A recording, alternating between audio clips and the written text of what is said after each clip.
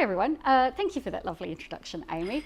Again, if you don't know me, my name's Julie. I work for an accessibility consultancy called Level Access. I used to be, until very recently, with a place called Simply Accessible. We got acquired. That's very interesting because it's going from a small business boutique thing to large corporate environment. We'll see how that goes. I'm giving this talk next week, 2 weeks from now, at CSS conference. This is a little bit of a test run, so if you have any queries about it, please let me know before I make it to CSS conference. What I want to talk about tonight is CSS for people with low vision. Generally, you'll find a lot of the information that is available about accessibility online assumes that you are supporting screen reader software, which is great because it does need a lot of support. But it's not the be-all and end-all of accessibility. There are a lot of other groups that often get overlooked, and people with low vision is one of those groups who often get a little bit sidelined. When I talk about low vision, what I'm talking about is approximately 9% of the Australian population who have vision which cannot be corrected by glasses, like standard glasses, but is not so bad as to warrant being classified as legally blind. It can mean damage to or injury to the cornea, the retina, the optic nerve, or the back there, the cortical impulses to the brain.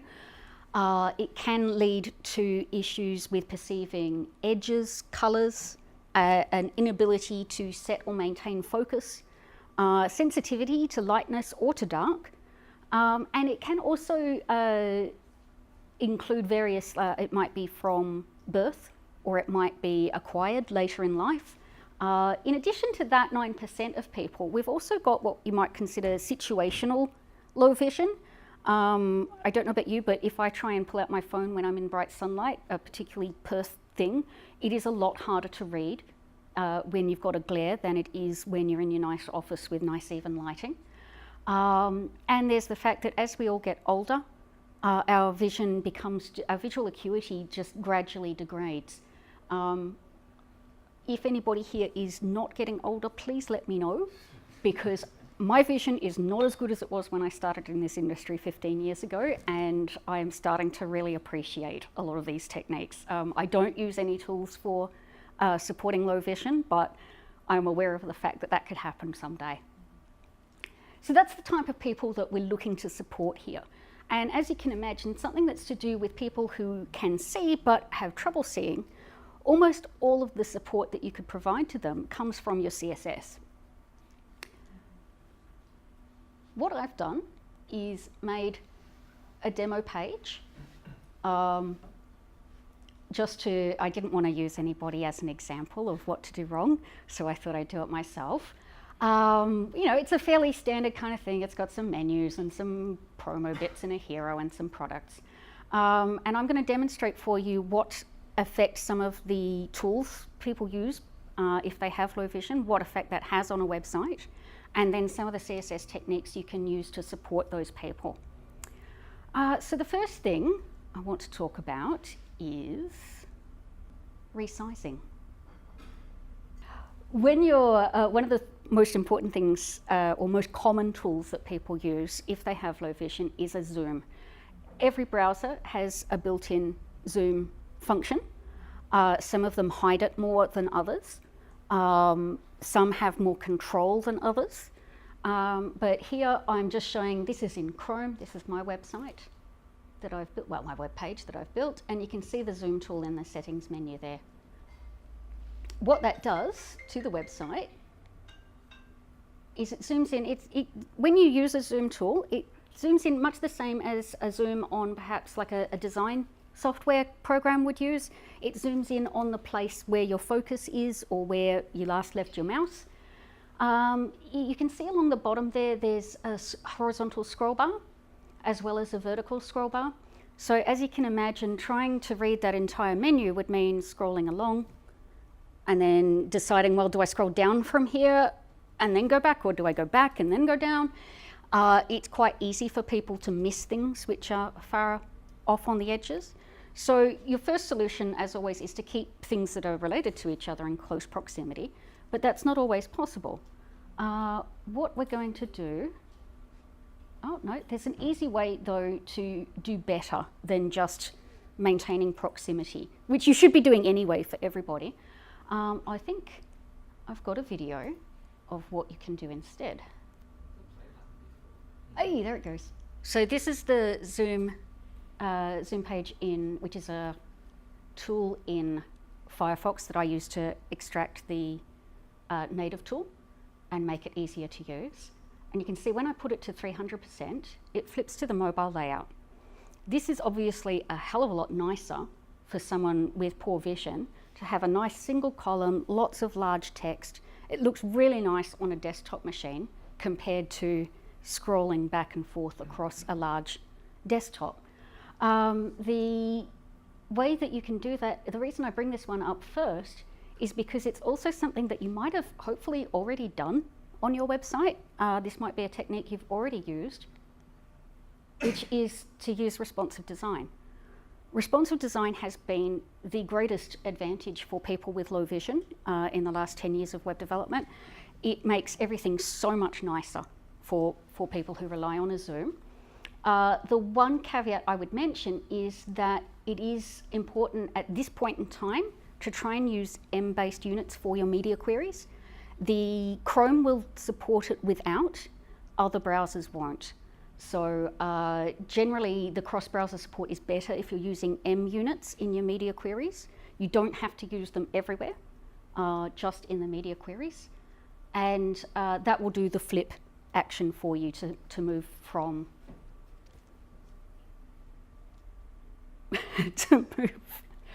from mobile to desktop is the words that have just gone right out of my head.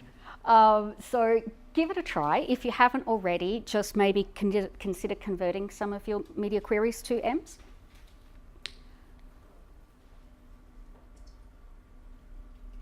The next thing that you can do, the other way that people resize things, the other thing that you can do is, instead of Zoom, is a smaller group of people, what they do is resize the text only. Usually this is because their vision is in a situation where images are not going to be really detailed enough for them. So they're just like, right, give me the text, make it huge. As you can imagine, resizing some elements of your page and not others is going to make a bit of a mess of your design. That's okay. When you test this, it can sometimes be a bit scary to look at and you think, oh no, my entire site is busted. But that's okay. We can live with it. And we'll see if that'll play. There it goes. So I've changed it to text-only resizing. It starts off all right. Yeah, okay, we've got a bit escaping there. That's not so bad. But when we scroll, oops, dude again. And then we've got some squishy text here, and that's either disappeared, but actually it's not gone, it's just white and on a white background. So as you can imagine, it's a bit gross. It's a terrible experience for some people because they may well miss out on the important content. It can really easily happen without you realizing. The solution for it is not to make the page prettier at all text resizes. That would be like really quite onerous to do. I have tried. I wouldn't recommend it. Generally, what we do is we just allow the containers to resize along with their text. And so again, we're using relative units. In a lot of cases, it's quite easy. All you have to do is just remove a specified height. That's a lot easier than it used to be. If you're using grid and flexbox, I find I'm specifying way less height than I used to get a decent layout. So you may just have to go through and nip out a few of those. It can be more complicated, as with our man with his double background image. You may have to check that background images are not repeating unless you want them to. Specify, don't repeat. Even if at normal sizes the container won't allow it to repeat, once that container stretches, you may get dudes all the way down your page. And specify a background color and a foreground color as a fallback, so that if that text starts expanding off and going all over the place, you've got some leeway, at least it's readable. The end result, once I've applied those changes to my site, is not great. Like, that is not a good looking website, I think you'll agree. But it's readable. You can get to all of the content, and for people who are used to resizing their text, this is a huge improvement on what they would normally be seeing. So don't try to make it perfect. Just try to make sure that people are getting the information that they came there to get. They can buy their winter boots or whatever and move on with their lives. That's covering the resizing methods that are most commonly used. The other aspect of supporting people with low vision is often to do with color. Color contrast, if you've done any work on a government or corporate website, you may have had to comply with color contrast ratios. If that's a new topic for you, I highly recommend this book by Jerry Cody called Color Accessibility Workflows. It's from a book apart. It's like $8 US for the ebook version. She designed the Simply Accessible website, which obviously had to be very, very accessible, but it's also beautiful. And I think she really knows her stuff. If this is new to you, the short version of this book is make sure that your text and your content that's important has enough contrast with the background that you can tell them apart. Because as much as those of us with young, fresh eyeballs have no problem with that, as you get older, as people have low vision, it becomes more difficult. So by ensuring those ratios, you're actually catching and making things useful for a lot of people. It's also particularly helpful when you get into those glary sunlight situations. A higher contrast website will do better. What I would like to get into a little bit with color is some situations where the contrast ratio isn't sufficient to sort out your problems with color. The first thing is when you've got multicolored backgrounds, as I've got here. You can see the word specials up there is kind of blending into that rock a bit. I can see it okay, but you can imagine if you were tired or if you had an actual vision problem, that just starts to get increasingly difficult. If we make that a light color to contrast with the rock, then the word winter becomes blending into the background. You can't quite have it both ways. The techniques that we can use for this are a bit more fiddly, but again, we jump into our CSS and we can use a drop shadow, which gives that, again, that little bit of contrast around to show the shape of the letters. Another thing is to give it a translucent background, so you can see a little bit of the photo behind, but it provides enough contrast to that back. You can reverse the colors and go the other way. And that's me doing that for applying that to that section of the website on my demonstration site. These aren't particularly difficult. I just applied it, I made a class called Drop Shadow, and then I can just apply it to whatever needs it. You could also apply it programmatically if you knew where your text was going to be over any particular moving image, and the same with the opacity background there. The other aspect when you're talking about color is that sometimes we use color as a signal to distinguish one item from a group of similar items. So maybe the current page in a menu, the currently selected tab in a tab group, form elements, and so on. When we do that, and in this one I've just done a really lazy hover effect on the menu up there, it's actually quite difficult to find a color that is both got contrast with the background and with the items that it's similar to. If it's got contrast with one, then it's not got enough contrast with the other. It's quite difficult, but way that you can often find these things, and you often don't realize they're there until you're actually using the website, because it's in hover effects, it's in focus effects or transient states where things become a bit more noticeable that there's a problem. I've just been applying a Grayscale filter to the body tag. That means that you can then do a live test of all of the interactive parts of your website without the color on it, like that. And again, you can see it really just blends right in there. without the color information, you really cannot tell. What I've done here is actually just use shape as well as color. This isn't the only way to use an additional indicator as well as color. It's just the one that I fall back on the most often, where all I do is I simply go, right, well, whatever color the standard one is, I'm going to reverse foreground and background. It creates a blocky shape, which is nice and distinct for someone who has problems seeing it, and it doesn't disturb clients by making them think there's been a design change, which sometimes freaks people out. They're just like, don't do a design change while you're making it accessible. And you're like, well, it's going to have to change. This doesn't seem to register with clients as a change. They're like, well, it's the same colors as it was before, so it'll be fine. Again, it doesn't have to be that method. Icons also are really useful for that kind of thing. I prefer to keep those for current page. Anything that's just basically not just color, anything additional support that you can give will do the trick. Borders are also good, icons, but like I said, I keep falling back on that blocky reverse change because it just works in a lot of situations where I don't have a designer to craft me something actually good looking. I'm like, right, well, this will do the trick. And if you don't particularly care, or if you don't have the budget for fixing something with accessibility, this will do the job. The other thing that happens with, oh no, there's my color one, that's nice.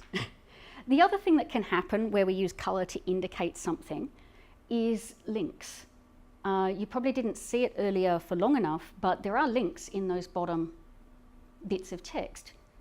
Because they're only color and they have no underline, for someone who can't see color or is struggling with color, that information is lost.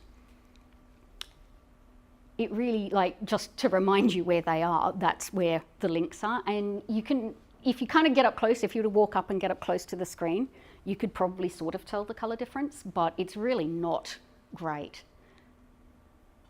Just to give that example, you can sort of see, like, if you were to have a color that had sufficient contrast to the surrounding text, it would have to be really quite light, and then it would fade into that background.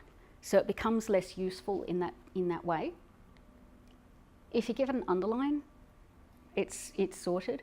I don't necessarily feel that every link should have an underline. I think in menus, in footers, in sidebars, where if you've got a group of links, the group of links itself is what indicates that these are interactive items. The main problem is when it's in a sentence, when it's in text. So generally, I go with putting the text decoration in the main element. I find that covers, again, the most number of situations without having any outliers. The other thing that I've done here is I've added text decoration skip ink. This is a really subtle difference. The G in gift is not underlined. That's because skip ink will not interfere. It just breaks between the descenders. Some people are already using this simply because it's a nice effect and it looks nicer than the standard underlines. But it is also actually helpful for people with dyslexia because it sort of makes it a bit easier to distinguish between a descender and the underline. It's only available in Chrome at the moment. It is available as a feature in, I think, a feature for voting in Firefox and Safari, so you can upvote if you would like to see this supported in more places, and I think suggest to any other browsers, please just do this. It's a really easy, it's one line of CSS you can apply. It helps a bunch of people and it looks a little bit nicer.